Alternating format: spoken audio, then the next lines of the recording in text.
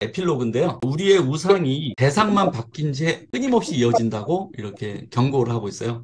지금까지 이 책 전체에서 돈이 우상이 된다, 명예가 우상이 된다, 성공이 우상이 된다, 사랑이 우상이 된다, 자녀가 우상이 된다, 문화가 우상이 된다, 심지어는 내 신앙 생활과 내 신앙 신조마저도 우상이 될 수 있다 하는 내용을 쭉 살펴봤습니다. 하나님으로부터 벗어나면 곧바로 또 다른 우상을 섬기며 집착하게 되는 우리를 발견하게 된다.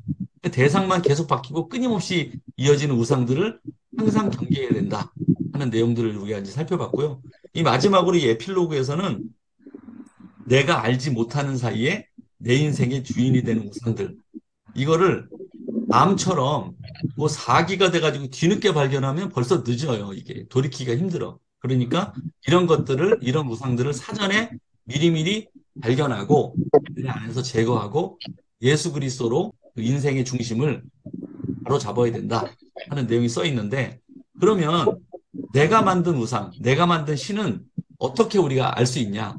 어떻게 식별할 수 있냐? 미리미리 어떻게 찾아낼 수 있냐 하는 방법을 네 가지를 팀 켈러 목사님이 우리에게 얘기해 주면서 이 책을 마치고 있는데요. 첫 번째는 아무 방해도 없이 네가 혼자 있을 때, 자유로운 시간에 네가 하는 일이 곧 너의 신앙이다. 이렇게 얘기를 하고 있어요. 그러니까 이제 우리 보면은 뭐 신앙생활 잘하는 사람도 있고 뭐 그렇지 않은 사람도 있지만, 시간만 나면, 틈만 나면 하는 행동이 있어요. 어떤 사람은 틈만 나면은 무조건 여행 스케줄 짜는 거예요. 1년에 5번 이상 해외여행을 가야 돼. 그러니까 그걸 그냥 무조건 시간만 나고 여유만 나면 무조건 여행을 하는 거야. 그 다음에 주변에 우리 낚시광이 있죠, 낚시광. 그 틈만 나면은 무조건 낚시 스케줄 잡는 거야, 낚시. 그 다음에 우리 그 강북비전에도 계신데, 이제 야구광이 있어, 야구광. 틈만 나면 야구 얘기. 무슨 얘기만 하면 야구 얘기. 무슨 얘기만 하면 야구장 가는 얘기. 야, 야구장 요번에 어디서, 응? 뭐, 타율까지 줄줄 다 깨고 있고요. 그 다음에 잠실에서 누가 며칠 날 경기하는 게 다 깨고 있어요. 물론 그것이 삶을 좀 이렇게 즐겁게 하고, 기쁘게 하고, 스트레스도 풀고, 여러 가지 이제 인생을 풍요롭게 사는 좋은 그 가지가 되면 좋은데, 그게 이제 지나쳐가지고, 모든 자유시간에는 항상 그 생각만 한다 그러면 그것이 우상이 될 수 있다. 비교적 고상한 취미들도 그렇게 될 수 있다. 뭐 좀 나쁜 취미로 얘기하면 술이나 도박이나 뭐 이런 것들, 마약 요즘 같은 경우에 이제 세상에 이런 일을 보면 그냥 한 군데 미쳐가지고 온 시간을 다 바치는 그런 일들이 나오는데, 한편 재밌기도 하지만 어떻게 보면 좀 위험스럽기도 하고 조금 위태하기도 하고 조금 염려도 되는 그런 인생들이 많이 있습니다. 혼자 있을 때 네가 집중하고 끊임없이 반복해서 하는 일이 당신의 우상이 될 수 있다. 첫 번째고요. 두 번째는 돈을 어떻게 쓰는지를 보면은 가장 사랑하는 것이 보인다. 이거예요.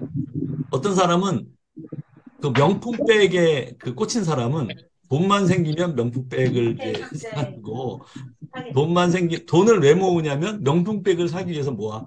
그러니까 이 사람은 이제 이런 분들은 주로 여자분들이 많은데, 콩나물 가게 가가지고 그냥 뭐 2천 원짜리 그 시장에 가면은 2천 원인데, 아 할머니 500원만 깎아줘요. 그리고 뭐 한 주먹 더 주고 막 이게 막 흥정을 하면서 2천만 원짜리 3천만 원짜리 백을 그냥 퍽퍽 사는 거야.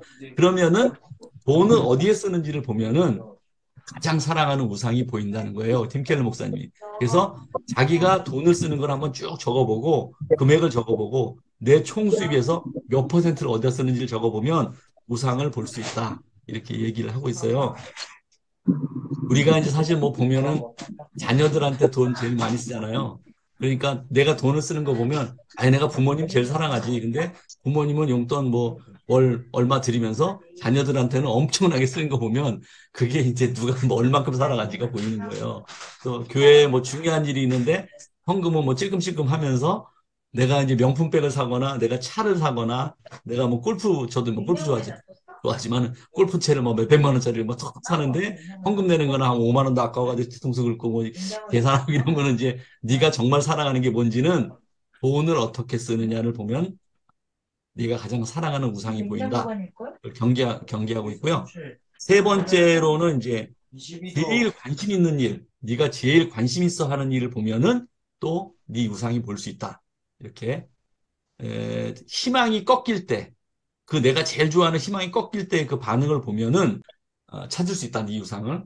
그러니까 제가 어떨 때 보면 저도 이제 재작년에 아버지가 돌아가셨는데 내가 이제 그렇게 뭐 애교가 있거나 아버지한테 잘하고 뭐 그렇게 사근사근하고 싹싹한 아들은 아니에요. 그래서 관계가 좀 어떻게 보면 좀 소원하지 않았나 이렇게 생각도 좀 드는데 돌아가시니까 이제 힘들더라고요.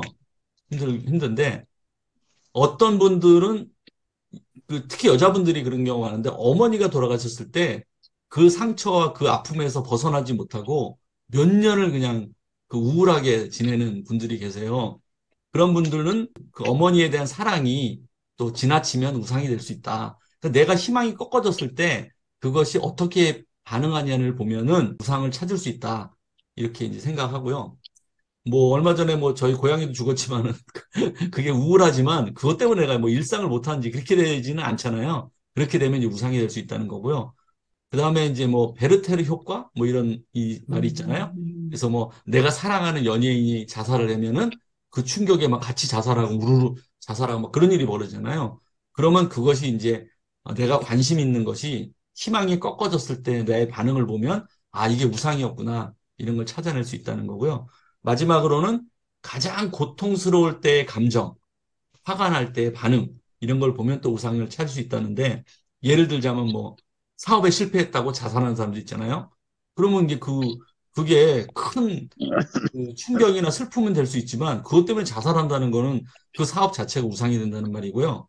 뭐 주식 투자를 했는데 실패한다든지 또 요즘 학생들이 너무 자살을 많이 하는데 입시에 실패했을 때 자살한다든지 이런 것들은 전부 다 우상이 된 거예요.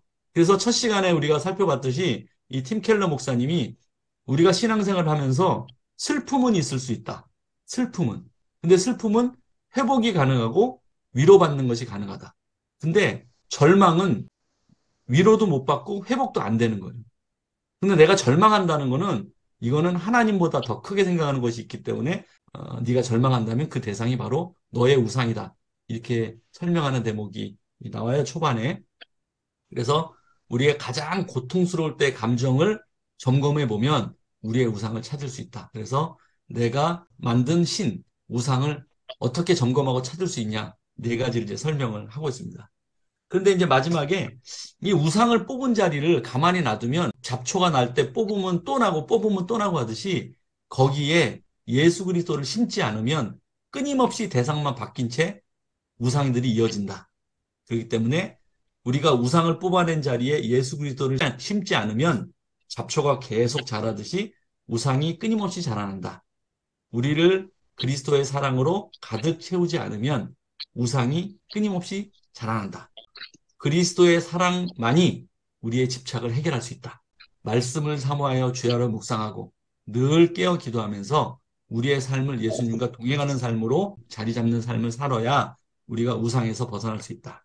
이렇게 말하고 있고요.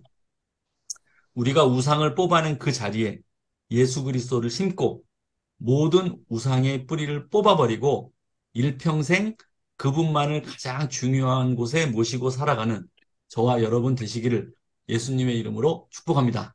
아멘. 아멘.